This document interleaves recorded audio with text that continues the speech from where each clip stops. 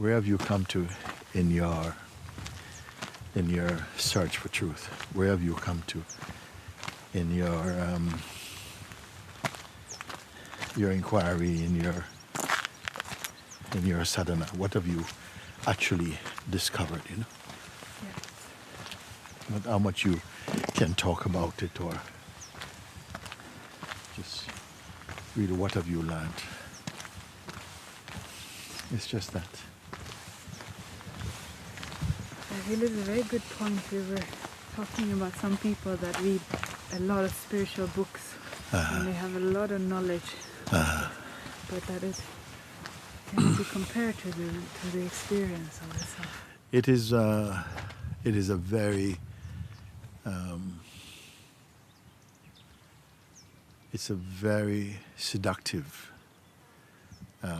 thing, that the mind takes on the mode of learning, like learning and learning and learning, but it's really to help the person rather than to transcend the person. As yet, most people don't realize that the personal sense of self is the lower self that can be and ought to be transcended in order to come to the fullness of what we truly are, you see. I don't feel that knowledge, that fundamental knowledge, has really sprouted in the world as yet. We all have a strong conviction of the sense of personhood, that we are just our person, we are our egos. In fact, we can say like that we are our ego, and of course, we don't use the word ego in reference to ourselves. But what ego means is not merely that you are boastful and look at me and so on. Ego can also appear to be very humble and very nice.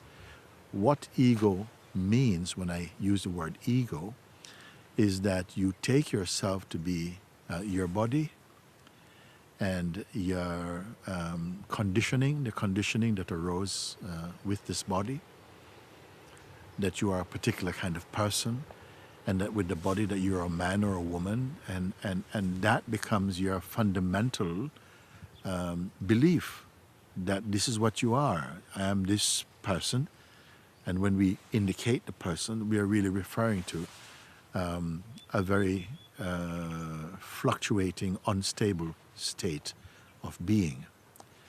And as long as we have that conviction that we are merely our bodies and our mind, or the conditioning that arises in the mind, you will only evolve within that paradigm, within that shape. But I want you to know that there are beings in the world who have transcended, who has gone beyond the limitations of personhood. And I'd like you to know that that is actually the real opportunity and person and possibility of having a human body. That here the consciousness is sufficiently capable of transcending the stage or the state of personhood, and to return and to live inside its source, which is pure awareness. And if that has not been introduced to you, of that possibility, then it is being introduced to you now. In the true state, which we call awakening to our true nature. Or you may hear other terms like self-realization or liberation or so on. It actually means that, because as long as we are living in the limited state of personhood, we will live in the realm of judgments and fears and desire and frustrations and hatred and division, and it is a very unstable, very turbulent state of mind and being. Our true nature is pure awareness beyond the mind. Now you may feel, how can we speak about beyond the mind? Because the mind is all we know. Well, if the mind is all we know, even in saying that, the we who know the mind cannot be the mind. If something is known, You know something, I know this thing. That thing is not me. I, the knower, is who? So that knower is in fact consciousness. And we can explore and begin to discover the richness, the depth, the fullness of what it means to be fully conscious beyond merely limitations of body-mind. The body-mind is included in it, but is far beyond the scope of the body-mind self-reference. So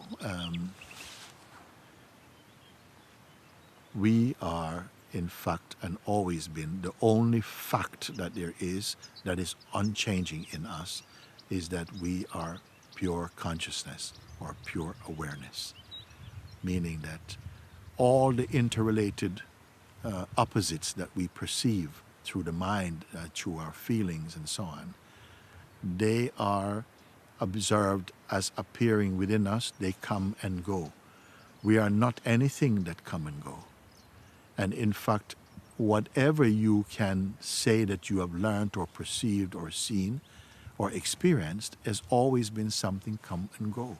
Everything is coming and going. And even memory, which you require to retain them, memory is also coming and going.